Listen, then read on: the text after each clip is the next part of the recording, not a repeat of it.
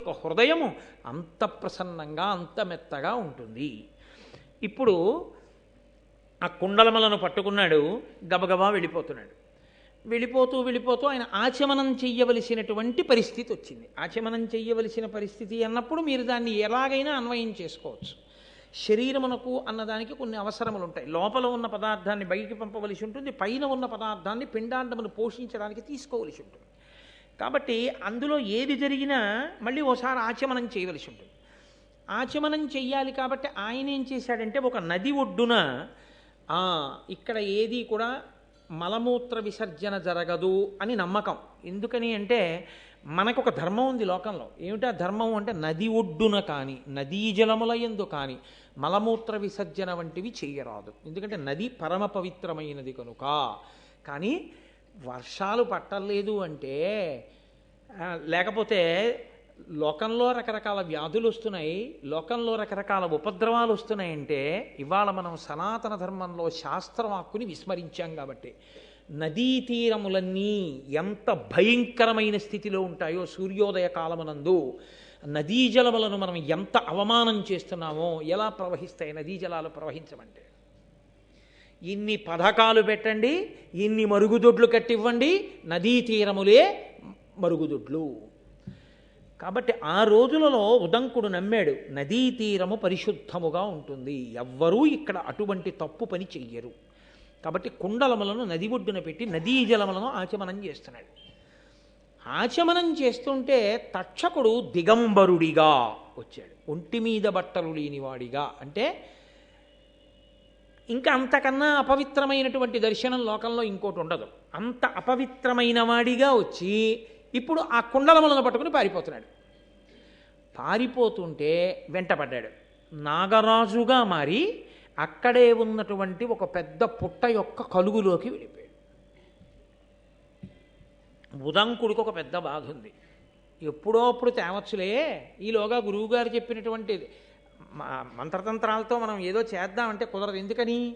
పక్కనే కదా అని చెప్పి ఆవిడ నీటికి 4వ రోజున నేను ధరిస్తాను, దానికి కావలసినటువంటి రీతిలో నేను స్నానం చేసి సిద్ధంగా ఉంటానని చెప్పింది గురుపత్ని.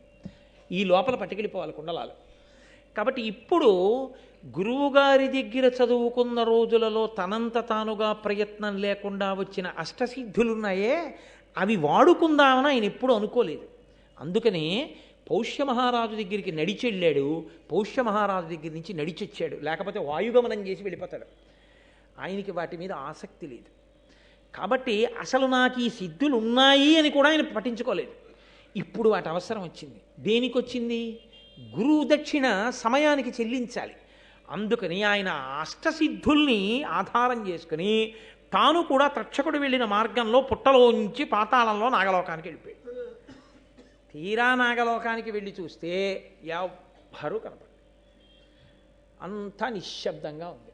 ఇప్పుడు ఆయన ఆ నాగరాజులు కనపడాలి, కనపడి ప్రసన్నులు అవ్వాలి. ప్రసన్నులైతే అయ్యయ్యో తీసుకెళ్ళిపోవయ్యా అని మళ్ళీ కుండలాలు ఇచ్చేసేయాలి. కాబట్టి ఇప్పుడు ఆయన నాగరాజుల్ని ప్రార్థన చేశాడు. బ్రాహ్మణుడు నమ్మేదేమిటి? మళ్ళీ గభాల శాపవాక్కు విడిచిపెట్టకూడదు. తాను నాగరాజుల్ని, వాళ్ళంత తపో నిష్ఠాగరిష్ఠులు, మహానుభావులు, ఆదిశేషుడు వంటి వారు ఉన్నారు కాబట్టి ప్రార్థన చేసి దేవతాస్వరూపాన్ని ప్రసన్నం చేసుకోవాలి. ఇది మళ్ళీ ఇంకొక విచిత్రమైనటువంటి విషయం. మీరు కొన్ని స్వరూపాల్ని ప్రసన్నం చేసుకోవాలంతే తప్ప వాటిని మీరు మీ తపస్సుతోటో ఇంకోలాగో మీకున్నటువంటి పూజ చేతో వాటి మీద మీ అధికారం చలాయించే ప్రయత్నం చేయడం కుదరదు. సుందరకాండలో హనుమ అంతటి వారు లంకని వశం చేసుకున్నారు. ఎందుకంటే ఆవిడ కూడా అంతే, అటువంటిదే. తప్ప లంకని చంపడం కుదరదు. లంక అంటే లంకిని అంటాం మనం తెలుగులో. చంపడం కుదరదు, వశం చేసుకోవాలి. అలాగే దేవతల్ని ప్రసన్నం చేసుకోవాలి. ప్రసన్నం చేసుకుంటే అనుగ్రహిస్తారు మళ్ళీ వాళ్ళు. దేవతలకు ఒక లక్షణం ఉంటుంది, ఏమిటో తెలుసా అండి? మహాభారతం అంతా దీని మీదే నడిచింది. దేవతలు కనపడ్డారనుకోండి, మీకేం కావాలని అడుగుతారు. వాళ్ళు కనపడి చాలా బాగా చెప్పారండి పద్యాలు, ఏమనుకోకండి పనుందని వెళ్ళరు. ఒకసారి కనపడితే మీకేం కావాలని అడుగుతారు. మీరు అడిగేసిన తర్వాత అయ్యో నేనేదో సరదాగా అడిగానండి బాబాయ్ అదే నాకు ఇచ్చేస్తున్నారన్నారు అనుకోండి, వాళ్ళు వదలరు, ఇచ్చేస్తారు. అక్కడే కదా భారతంలో పెద్ద అల్లరి జరిగింది. కుంతి కర్ణుడిని అడిగింది సూర్యుణ్ణి, నువ్వు కన్యవో ఎవరవో నాకు అనవసరం, నేను దేవతామూర్తిని, నువ్వు ప్రార్థన చేసావో వచ్చాను. నన్ను చూడగానే నా తేజస్సు చూసి నీలాంటి కొడుకుంటే అన్నావు, ఇచ్చేసానంతే. ఇప్పుడు ఆ తర్వాత బంగారం పెట్టులో పెట్టుకుని వదిలేస్తావో ఇంటికి పట్టుకెళ్ళి పెంచుకుంటావో నీ ఇష్టం, ఇచ్చేసాడంతే. దేవతలది ఆ లక్షణం. ఇప్పుడు వాళ్ళు కనబడితే చాలు కోరి తీరిపోతుంది. వాళ్ళు కనపడాలంటే ప్రార్థన చెయ్యాలి. ప్రార్థన చేస్తే ప్రసన్నులు అవుతారు. ప్రసన్నులైతే కనబడతారు. కనబడితే కోరిక తీరుస్తారు. అక్కడికి వచ్చాడు ఉదంకుడు. ఎన్ని నేర్పుతుందండి మహాభారతం. ప్రతి చోట ఆచారకాండ, వేదము, ధర్మము ఇన్నిటినీ ఆవిష్కరిస్తూ ఉంటారు. కాబట్టి ఇప్పుడు ఆయన బహువనపాదపాబ్ధి కులపర్వత పూర్ణ సరస్వతీ సహిత మహామహీభరమజస్ర సహస్ర ఫణాలి దాల్చి దుస్సహతరమూర్తికిం జలధిశాయికి బాయక శయ్యైన యైహిపతి దుష్కృతాంతకుడనంతుడు మాకు ప్రసన్నుడయ్యడున్. మొట్టమొదట అనంతుడు. ఆయన గొప్ప తపస్సు చేశాడు, బ్రహ్మగారి దగ్గర వరాలు పొందాడు. అందుకని ఆ అనంతుడి మీద తపస్సు చేశాడు. ఆ అనంతుడి గురించి ఒక గొప్ప స్తోత్రం చేస్తున్నాడు. ఆయన అన్నాడు, బహువనపాదపబ్ధి కులపర్వత పూర్ణ సరస్వతీ సహిత మహామహీభర. కులపర్వతాలతో, పెద్ద పెద్ద పర్వతాలతో, నదులతో, అరణ్యములతో, వనములతో ఉన్నటువంటి ఈ భూమినంతటినీ కూడా ఇంతటి బరువుని తన పడగల మీద మోసేటటువంటి ఆదిశేషుడెవరున్నాడో ఆయన ఈ భూమి భారాన్ని వహించడమే కాదు, ఇటువంటి బ్రహ్మాండములన్నిటినీ తన బొజ్జలో పెట్టుకున్నటువంటి శ్రీమన్నారాయణుడు పాలసముద్రంలో పడుకుని ఉండగా ఆయనకి శయ్యయ్యి ఆయనని కూడా వహించగలిగినటువంటి శక్తి కలిగిన ఆదిశేషుడు ఎవరున్నాడో, ఆ అనంతుడెవరున్నాడో ఆయన మాకు ప్రసన్నుడయ్యడున్. ఆదికవి కదండి నన్నయ్య గారు. అందుకని నన్నయ్య గారు ఆదికవిగా తర్వాత కవులకు శతక సాహిత్యంలో మకుటం పెట్టడం నేర్పారు. ఆ తరువాతి కాలంలో చేసినటువంటి శతకాలలో శ్రీకాళహస్తీశ్వర అంటూ దూర్జటి మొదలైన వాళ్ళు ఒకే పేరుతో మకుటం పెట్టి శతకాలు చేశారు. ఒకే మకుటంతో పద్యరచన ఆదికవిగా నన్నయ్య చేశారు. కాబట్టి అటువంటి ఆ శేషుడు మాకు అయ్యడుగాక. అరిది తపో విభూతి అమరారుల బాధలు వందకుండగా ఉరగుల నెల్లగాచిన మహోరగనాయకుడు ఆడానమచ్చురాసురమకుటాగ్రరత్న రుచి శోభిత పాదున కద్రినందనేశ్వరునకు భూషణంబయిన వాసుకి మాకు ప్రసన్నుడయ్యడున్. ఆయన ఏ జాతిలో పుట్టాడో ఆ నాగజాతి ఇబ్బందులు పడకుండా, దేవతల వలన రాక్షసుల వలన ఆపదలు రాకుండా గొప్ప తపస్సు చేసి దేవతల చేత రాక్షసుల చేత కూడా నమస్కరింపబడేటటువంటి లక్షణమున్నవాడు. దేవతలు రాక్షసులు కూడా నమస్కరిస్తుంటే ఇరువురి యొక్క తల్ల మీద అలంకారము చేయబడినటువంటి కిరీటములలో పదకబడిన మణుల యొక్క కాంతుల చేత ప్రకాశించేటటువంటి పాదపద్మములు కలిగినటువంటి పరమేశ్వరునికి ఆభరణముగా భాషించేటటువంటి వాసుకి మాకు ప్రసన్నమయ్యడుగాక. ఇదొక చిత్రమైనటువంటి విషయం ఈ ప్రార్థనలో. తండ్రి అన్న మాటకు అర్థం ఉంటుంది. తండ్రికి 5 కొడుకులు ఉన్నారనుకోండి. ఒక ఆయన ఐఏఎస్, ఒక ఆయన ఐపీఎస్, ఒక ఆయన ఐఆర్ఎస్, ఒక ఆయన ఐఎఫ్ఎస్, ఒక ఆయన జేబు దొంగ. తండ్రి ఐఏఎస్, ఐఆర్ఎస్, ఐఎఫ్ఎస్, ఐపీఎస్లకే తండ్రా, జేబు దొంగకు కూడా తండ్రా?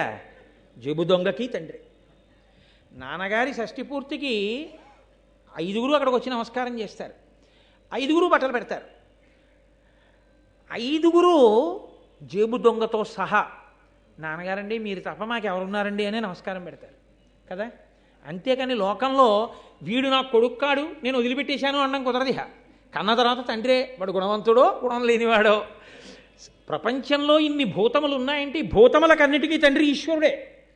జగత పితరౌ వందే పార్వతీ పరమేశ్వరౌ. మంచి వాళ్ళకి మాత్రమే ఈశ్వరుడు తండ్రి అండి, చెడ్డవాళ్ళకి తండ్రి కాడండి అనడానికి వీల్లేదు. తండ్రి శాసనం ఏమిటి? జేబు దొంగ ఉన్నాడనుకోండి, తండ్రికి నమస్కారం చేస్తున్నాడు అనుకోండి, జేబు దొంగలు నమస్కారం చేసేవాడండి ఆయన అని మీరు ఆయన్ని తిట్టారనుకోండి, ఒరే నువ్వు వెళ్ళరా కాసేపు కాకినాడ అన్నాడు అనుకోండి, ఏమైపోతాం మనం? మీకు ఆయన ఏం ఉపకారం చేయగలడు? రే ఇలాగే కూర్చోను కాసేపు అన్నాడు అనుకోండి. ఇప్పుడు తండ్రి గారి మాటకి వశవర్తియే ఆ జేబు దొంగ అలాగే కూర్చున్నాడు అనుకోండి, నువ్వు ఎక్కడికి వెళ్ళకు, మీ అమ్మ ఇక్కడే పెడుతుంది భోజనం చేసి, అంటే ఇక్కడే భోజనం చేసి ఇక్కడే పడుకో నువ్వు అన్నాడు అనుకోండి. కాకినాడలో ఆ రోజు 1వ తారీఖు జీతాలన్నీ జేబులో పెట్టుకెళ్ళే వాళ్ళ జీతాలన్నీ ఇంటికి ఎడతాయా? వెళ్ళవా? వెళ్ళిపోతాయి కదా. 1వ తారీఖు ఒక్కరోజు ఆయన వదిలేశాడు అనుకోండి, వెళ్ళరా నువ్వు కాకినాడ అన్నాడు అనుకోండి, ఆ నెలలో జీతాలు ఇంటికి పట్టుకెళ్ళిన వాళ్ళు ఎవరు ఉండరు కాదు, వాడు ఒక్కడే పడిపోతాడు అన్ని జీతాలు ఉద్యోగం చేయకుండా. పరమేశ్వరుడి దగ్గర రాక్షసులు వశవర్తులైతే మనకు అదృష్టం. ఎందుకో తెలుసా అండి? భగవద్భక్తులైన చూసావా, వాడు రోజు నాకు నమస్కారం చేస్తాడు, ఒరే నువ్వు వాడి జేబు వంక చూశావో అంటాడు శివుడు. నాన్నగారని వాడి జోలికి వెళ్ళండి ఏంటంటే. కాబట్టి రాక్షసులు దేవతలు కూడా తండ్రి పరమేశ్వరుడికే నమస్కరిస్తారంతే. కాబట్టి ఆయన భూతములను అణిచిపెట్టి భక్తుల్ని కాపాడుతుంటాడు. ఇది తత్వాన్ని ఆవిష్కరించడం పద్యంలో. అటువంటి పరమేశ్వరుడికి ఆభరణమైన వాడు వాసుకి. కేవలం పరమేశ్వరుడు అంటే శక్తి సహితుణ్ణి చేయడం ఎలా? అందం చూడండి ఆ పద్యంలో. కాబట్టి అద్రినందనేశ్వరునకు, అద్రినందన అంటే పర్వతరాజపుత్రి పార్వతి, పార్వతికి ఈశ్వరుడు కాబట్టి పరమేశ్వరుడు. ఆయన పార్వతీపతి అన్నప్పుడు అమ్మవారు కూడా కలిసింది వచ్చి. కాబట్టి అద్రినందనేశ్వరునకు భూషణంబైన వాసుకి మాకు ప్రసన్నమయ్యడున్. అటువంటి వాసుకి ఎవరున్నారో ఆయన మాకు ప్రసన్నమగుగాక అని ప్రార్థన చేశారు. చేసి దేవమనుష్యలోకముల ద్రిమ్మరుచున్ విపుల ప్రతాప సంభావిత శక్తి శౌర్యులు అపార విశోత్కట కోప విస్ఫురత్పావక తాపితాకిల విపక్షులునైన మహానుభావులు ఐరావత కోటి ఘోర పణిరాజులు మాకు ప్రసన్నులయ్యడున్. దేవమనుష్యలోకముల ద్రిమ్మరుచున్ విపుల ప్రతాప సంభావిత శక్తి శౌర్యులు అపార విశోత్కట కోప విస్ఫురత్ పావక తాపితాఖిల విపక్షులునైనా. ఎంత పెద్ద సమాసాలు వేశారో చూడండి. దేవలోకంలో మనుష్యలోకంలో అంతటా తిరుగుతూ అపారమైన కోపంతో ఉంటూ తమ యొక్క విషం చేత దేన్నైనా కాల్చేయగలిగినటువంటి శక్తి కలిగిన వాళ్ళై మహానుభావులై ఐరావత వంశంలో జన్మించినటువంటి నాగులన్నీ కూడా మాకు ప్రసన్నమయ్యడున్, వాళ్ళు మాకు ప్రసన్నమయ్యడుగాక. గోత్ర మహామహీధర నికుంజములన్ విపినంబులన్ గురుక్షేత్రమునన్ ప్రకామగతి ఖేలన నొప్పి సహాశ్వసేనుడై ధాత్రి పరిభ్రమించు బలదర్ప పరాక్రమ దక్షుడిక్షణ శ్రోత్ర విభుండు తక్షకుడు శూరుడు మాకు ప్రసన్నుడయ్యడున్ అని తక్షకుడి మీద స్తోత్రం చేస్తున్నారు. గోత్ర మహామహీధర నికుంజములన్ విపినంబులన్ గురుక్షేత్రమునన్. పెద్ద పెద్ద పర్వతాల దగ్గర పుట్టలలో తిరిగేటటువంటి లక్షణమున్నటువంటి తక్షకుడు కన్ను చెవి రెండింటి యొక్క శక్తి ఒక ఇంద్రియమునందే పెట్టుకుని ఉన్నవాడు. అంటే చూస్తుంటే విననివాడు, వింటుంటే చూడనివాడు. రెండు ఇంద్రియముల శక్తి ఒక ఇంద్రియంలోనే ఉంటుంది. చూస్తున్నప్పుడు ఇంకా వినపడదు, వింటున్నప్పుడే కనపడదు. అలా రెండు ఇంద్రియముల శక్తి ఒక ఇంద్రియములో కలిగినటువంటి వాడు. అందుకని ఈక్షణ శ్రోత్ర విభుండు తక్షకుడు శూరుడు మాకు ప్రసన్నుడయ్యడున్. ఆ శూరుడైనటువంటి తక్షకుడు మాకు ప్రసన్నమయ్యడుగాక అని ఆ నాగులను ఉద్దేశించి ఈ స్తోత్రం చేశారు. మా గురువుగారు తరచుగా ఓ మాట చెప్తుంటారు, నాయన ఈ పద్యాలు ఎక్కడ చదివినా ఎప్పుడు చదివినా ఎవరు విన్నా వాళ్ళకి పాముల వలన బాధలు రావురా, తరుముకొస్తున్న ఆపదలుంటే పోతాయిరా నాయన, ఈ పద్యాలు చాలా గొప్పవిరా అంటుంటారు. నేను ఆయనంత బాగా చదవలేను, కానీ మా గురువుగారు అయితే ఇందులో పద్యాల్ని పాము బుస్ అంటే ఎలా వస్తుందో అలాగే చదువుతారు. అది ఎందుకంటే పాములను ఉద్దేశించి చదివిన పద్యాలు కదా, అందుకని ఆ పద్యం అలాగే చదువుతారు. మా గురువుగారు చదువుతున్నప్పుడు నిజంగా అలాగే ఉంటుంది. కానీ ఒక్క మాట మాత్రం మీరు గమనించవలసి ఉంటుంది. నిజానికి కవులు అటువంటి శబ్దముల యొక్క సౌందర్యమునందు ఏ విధమైన అనురక్తి కలిగిన వారు కారు. నేను మా గురువుగారు దాంట్లో అందం ఉందన్నారని నేను మీతో అన్నాను, కానీ నిజంగా ఆ పద్యంలో అదే అందం అని నేను చెప్పాను అనుకోండి, నన్నయ్య గారు చిన్నపుచ్చుకుంటారు. నేను యథార్థం చెప్తున్నాను. అలా కేవలము శాబ్దిక సౌందర్యము కొరకు వెంపర్లాడి కవిత్వం చేయరు పెద్దలు. దాంట్లో నిక్షేపింపబడిన అర్థానికే ఎక్కువ ప్రతిపాదన, కానీ అది అనుషంగికం. అటువంటి ఆ శబ్దాన్ని అలా పొదగడం ఒక గొప్పతనం. నేను మీకు ఒక్కసారి అది ఆ బుస్సు పద్యంలోకి ఎలా వస్తుందో మీకు నేను ప్రయత్నం చేసి చూస్తాను. బహువన పాద పబ్ధికుల పర్వత పూర్ణ సరస్వతి సహిత మహామహీభర మజస్ర సహస్ర ఫణాళి దాల్చి దుస్సహతరమూర్తికిన్ జలధిశాయికి బాయక శయ్యయైన యయ్యహిపతి దుష్కృతాంతకుడనంతుడు మాకు ప్రసన్నుడయ్యడు. పాము యొక్క బుస్ అని ఎలా వస్తుందో పద్యంలోకి ఆ శబ్దాన్ని అలా ఒదిగింది. అది మహానుభావం. కానీ దానికన్నా భావమే గొప్పది, తత్వమే గొప్పది తప్ప నన్నయ్య గారిని కేవలము ఆ శబ్దాల యొక్క వైభవాన్ని ప్రకటించి నన్నయ్య గారిని కించపరచడం నా ఉద్దేశ్యం ఎంతమాత్రం కాదు. నేను ఆయన పాద పరాగమును తల మీద చల్లుకుని బ్రతుకుతున్నవాడిని. కాబట్టి ఇప్పుడు ఆ నాగులనన్నిటినీ కూడా ఆయన స్తోత్రం చేశారు. కానీ వారెవరూ కనపడలేదు. అక్కడ ఒక గుర్రం మీద కూర్చున్నటువంటి ఒక దివ్యమైనటువంటి ఒక పురుషుడు ఒకడు దర్శనమిచ్చాడు. దర్శనమిచ్చి ఆయన అన్నాడు, నాయన నా దగ్గరకు వచ్చి నా చెవిలో ఒకసారి ఊదవయా అన్నాడు. ఆయన దివ్య పురుషుడు చెప్పాడు, నమ్మాడు. వెళ్ళి ఆ గుర్రం చెవిలో ఒక్కసారి ఉఫ్ఫని ఊదాడు. ఊదేసరికి పాతాళైక నికేతనంతరమునన్ పర్వ్యంత దశ్వాఖిల శ్రోతో మార్గ వినిర్గతోద్రదహనాత్సుల్ పన్నగవ్రాతముల్ భీతిల్యన్ భుజగాదినాథమనమున్ భేదిల్లే కల్పాంత సంజాత ప్రోద్ధత బాడబానల శిఖా శంఖాధికాంతంకమై. ఆ చెవిలో ఒక్కసారి ఊదేసరికి ఒక పెద్ద అగ్నిహోత్రం, అది కూడా ప్రళయకాలంలో వచ్చేటటువంటి అగ్ని ఎలా ఉంటుందో అటువంటి అగ్ని పైకి వచ్చింది. వచ్చి ఆ నాగలోకాన్నంతటినీ చుట్టుముట్టింది. ఆ చుట్టుముట్టిన అగ్నిహోత్రానికి జడిసి గబగబా తక్షకుడు బయలుదేరి వచ్చాడు. వస్తూ ఆయన అనుకున్నాడు, పరమశివుడి ఆగ్రహం ఎటువంటిదో తపోనిష్టాగరిష్ఠుడైన బ్రాహ్మణుడి యొక్క ఆగ్రహం అటువంటిది. కాబట్టి నేను చేసిన తప్పును దిద్దుకోవడము అంటే పట్టుకెళ్ళి ఈ తాటంకములను ఈ కుండలములను ఆయనకి ఇచ్చేయడమే అని పట్టుకెళ్ళి గబగబా ఆ ఉదంకుడి చేతిలో కుండలములను పెట్టాడు. ఆయన ఆ కుండలాల్ని తీసుకున్నాడు. అష్టసిద్ధులు కలిగిన వాడు, నేను చాలా తొందరగా వెళ్ళాలి ఇప్పుడు మా గురుపత్ని దగ్గరికి, ఎలా వెళ్ళాలని అడిగాడు. అంటే ఎక్కడ తను బుద్ధితో నిర్ణయించుకోవాలో అక్కడ సిద్ధులు వాడాడు. ఇప్పుడు దివ్య పురుషుడు ఉన్నాడు కాబట్టి ఆయన్ని అడిగాడు, నేను ఎలా వెళ్ళాలి తొందరగా ఇప్పుడు అంటే ఆయన అన్నాడు, ఇదిగో ఈ గుర్రం ఎక్కి వెళ్ళు. అక్కడే ఆశ్చర్యకరమైనటువంటి సందర్భాన్ని ఒకదాన్ని ఉదంకుడు చూశాడు. ఒక రాట్నం, ఆ రాట్నం దగ్గర తెల్లదారాలు నల్లదారాలు ఉన్నాయి. ఓ ఇద్దరు ఆడవాళ్ళు కూర్చుని ఉన్నారు. వారి పేరు ధాత విధాత. వాళ్ళిద్దరూ ఆ తెల్లదారాన్ని నల్లదారాన్ని తీసి కండికి చుడుతున్నారు. 12 ఆకులు కలిగినటువంటి చక్రం ఒకటి ఉంది. ఆ చక్రాన్ని బలిష్టమైనటువంటి 6 యువకులు తిప్పుతున్నారు. ఆ తిప్పుతున్నటువంటి సన్నివేశాన్ని చూశాడు ఆయన ఆ నాగలోకానికి వెళ్ళినప్పుడు. ఇప్పుడు ఆ గుర్రం మీద ఉన్న దివ్య పురుషుడు అన్నాడు, నువ్వు ఈ గుర్రం ఎక్కి వెళ్ళిపో అన్నాడు. వెంటనే ఆ గుర్రం ఎక్కి కూర్చున్నాడు, సంకల్పం చేశాడు. అది గురువుగారి భార్య దగ్గర ఉంది.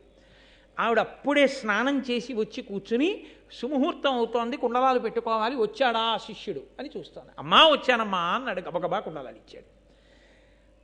గురుపత్ని ఆ కుండలాలు పెట్టుకుంది. గురువుగారు గురుదక్షిణ ఇచ్చాను. నాకు ఎంతో సంతోషంగా ఉంది. ఇస్తే సంతోషిస్తారని గురువుగారు కాదు, ఇచ్చి నేను సార్థకత పొందాను. ఆ చదువుకు ఒక సార్థకత కలిగింది ఇప్పుడు. కాబట్టి నేను పరమ సంతోషాన్ని పొందాను. కానీ గురువుగారు నాకు ఒక్క అనుమానం. నేను ఆ నాగలోకానికి వెళ్ళినప్పుడు నాకు అక్కడ ఒక పెద్ద రాట్నం కనపడింది. 2 యువతులు కనపడ్డారు. తెల్లదారాలు నల్లదారాలు కనపడ్డాయి. అక్కడ ఉండేటటువంటి ఆ యువతులు తెల్లదారాన్ని నల్లదారాన్ని తీర్చి ఆ కండికి అమరుస్తున్నారు. 12 ఆకుల చక్రం ఉంది. 6 బలిష్టమైన యువకులు చక్రాన్ని తిప్పుతున్నారు. అక్కడ గుర్రం మీద ఒక పురుషుడు కూర్చుని ఉన్నాడు. వెళ్ళేటప్పుడు ఒక దివ్య పురుషుడు గుర్రం మీద ఒక ఎద్దు మీద కూర్చుని కనపడి నా చేత పేడ తినిపించాడు. ఇవన్నీ ఏమిటో మీ దగ్గర తెలుసుకుందామని ఉంది గురువుగారు. అప్పటికి వాళ్ళు దివ్య పురుషులు కాబట్టి నేను చూసి వచ్చేసాను. గురువుగారిని అడిగి తెలుసుకుందామని. అవన్నీ ఏమిటి అని అడిగాడు. అయితే గురువుగారు నేను చూసి వచ్చానని నేనేం చెప్తాను రానలేదు. పైలుడు అలవోకగా దాన్ని విడమర్చాడు. ఆయన అన్నాడు, అపురుషుండింద్రుడు అయ్యుక్షమైరావతంబు గోమయమృతంబు నాగభువనంబులో గన్న పొలతులిద్దరూ ధాతయును విధాతయు వారి అనువయించు సిత కృష్ణ తంతు రాజిత తంత్రమది అహోరాత్రంబు 12 గలుగు చక్రంబు మాసాత్మ సంవత్సరంబు కుమారులయ్యార్వురు మహిత ఋతువులు అత్తురంగమగ్ని అపురుషుండు పర్జన్యుడు ఇంద్రసఖుడు సన్మునీంద్ర ఆది నింద్రుగాంచి అమృతాశివకుటని కభిమతార్థ సిద్ధి అయ్యనయ్యా. ఆయన అన్నాడు, గురువుగారు నువ్వు గురువుని సేవించావు కదరా, గురువుగారి మీద నమ్మకం పెట్టుకున్నావుగా, గురుదక్షిణ కట్టాలని కదా వెడుతున్నావు నువ్వు, గురుపత్ని అడిగింది అని బయలుదేరావు. నీ యొక్క చిత్తశుద్ధికి మెచ్చుకున్నారు దేవతలు. మెచ్చుకుని అటువంటి కుండలములను తీసుకురావడానికి నీకు ఒక గొప్ప శక్తినివ్వడానికి దేవేంద్రుడు మాయావేషంలో దివ్య పురుషుడిగా ఐరావతాన్ని ఎద్దుగా మార్చుకుని ఎద్దు మీద కూర్చున్నట్లు నీకు కనపడ్డాడు. ఆయన దేవేంద్రుడు. ఆ ఎద్దు పేడ వేసిందే, అది పేడ కాదు, అమృతం. నీతోటి అమృతాన్ని తినిపించాడు దేవేంద్రుడు. దాని శక్తి వలన నువ్వు ఆ కుండలములను గ్రహించగలిగావు. అంత మహాపతివ్రత పెట్టుకున్న కుండలములను చేత పట్టుకోవాలంటే నువ్వు అమృతాన్ని తాగినవాడవై ఉండాలి. కాబట్టి ఆ కుండలములను పుచ్చుకున్నావు. పుచ్చుకుని నువ్వు వస్తున్నప్పుడు తక్షకుడు వాటిని తీసుకుపోయాడు. నువ్వు నాగలోకానికి వెళ్ళావు. అక్కడ ఒక పెద్ద రాట్నం కనపడింది. ఆ రాట్నం దగ్గర ఇద్దరు స్త్రీలు కూర్చున్నారు. వారు ధాత విధాత. ధాత అన్న శబ్దానికి అర్థం ఏమిటంటే మళ్ళీ మళ్ళీ మళ్ళీ మళ్ళీ ఈ లోకములో ప్రాణులను సృజించేటటువంటి ఈశ్వరుని యొక్క ఒక స్వరూపమునకు ధాత అని పేరు. ఆ ఈశ్వరుడే ధాతగా ఉన్నప్పుడు ప్రాణులను సృజిస్తూ ఉంటాడు. ఆయన పని ఏమిటంటే చాలా చమత్కారమైనటువంటి పని చేస్తూ ఉంటాడు. జీవుడు మనసులో ఏ సంకల్పం చేస్తున్నాడు, ఏం చేస్తున్నాడు అన్నది రాసుకుంటూ ఉంటాడు. రాసుకుని ఆ కర్మ ఫలితాన్ని అనుభవించడానికి మళ్ళీ ఇంకో కొత్త శరీరాన్ని ఇస్తూ ఉంటాడు. మళ్ళీ పుట్టిస్తూ ఉంటాడు. మళ్ళీ కర్మ చేసిందంతా వ్రాసుకుంటూ ఉంటాడు. ఇదంతా చేసేటటువంటి వాడు ధాత. చేసిన కర్మకి ఫలితాన్ని ఇచ్చేటప్పుడు ఇదిగో ఈ పాపం చేశావు, ఈ ఫలితం అనుభవించు, ఈ పుణ్యం చేశావు, ఈ ఫలితం అనుభవించు. ఆ ఫలితమును అనుభవించడం చేత పాపం పోతుంది, పుణ్యం పోతుంది.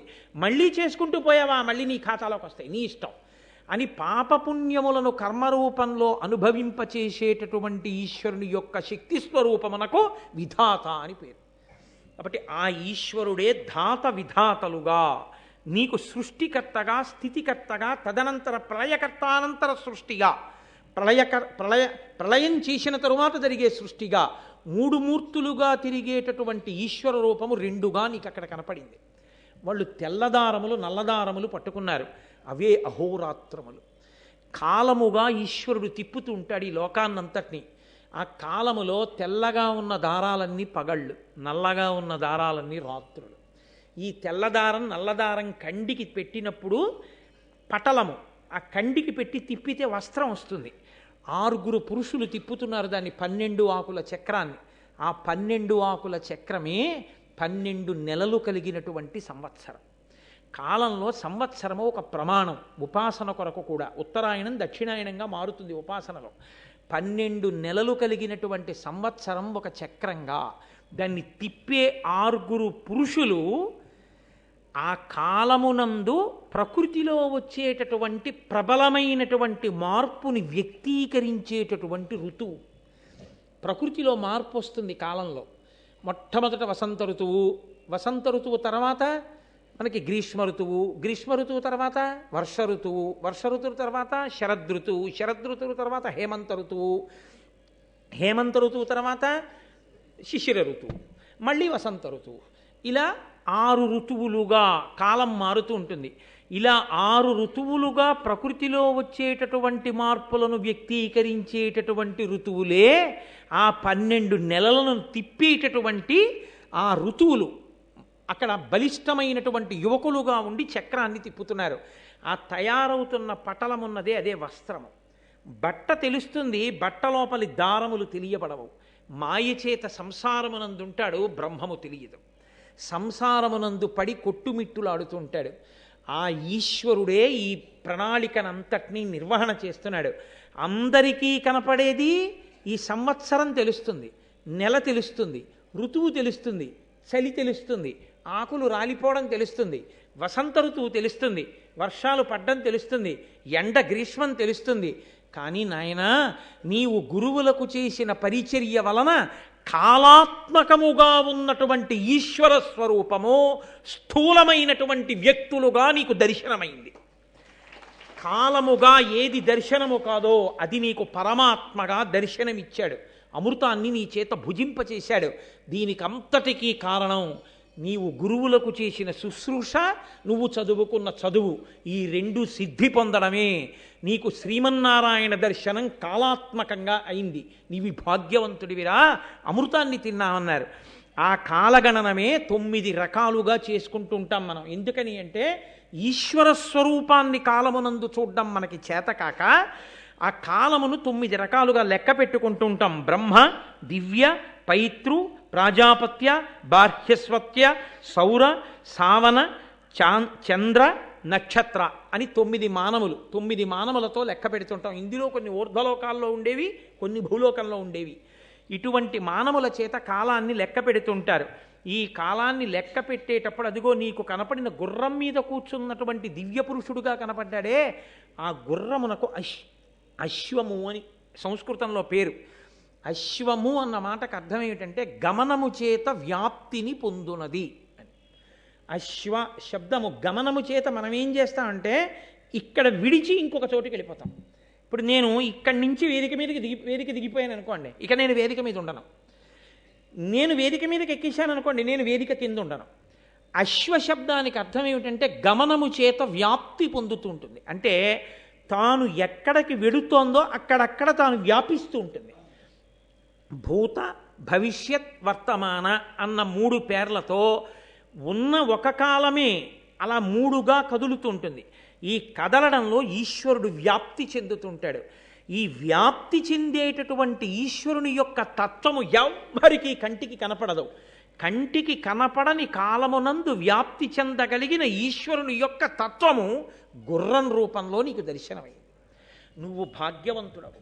అదిగో దాని మీద కూర్చున్నాడే ఆయనే అగ్ని, ఆయనే పర్జన్యుడు.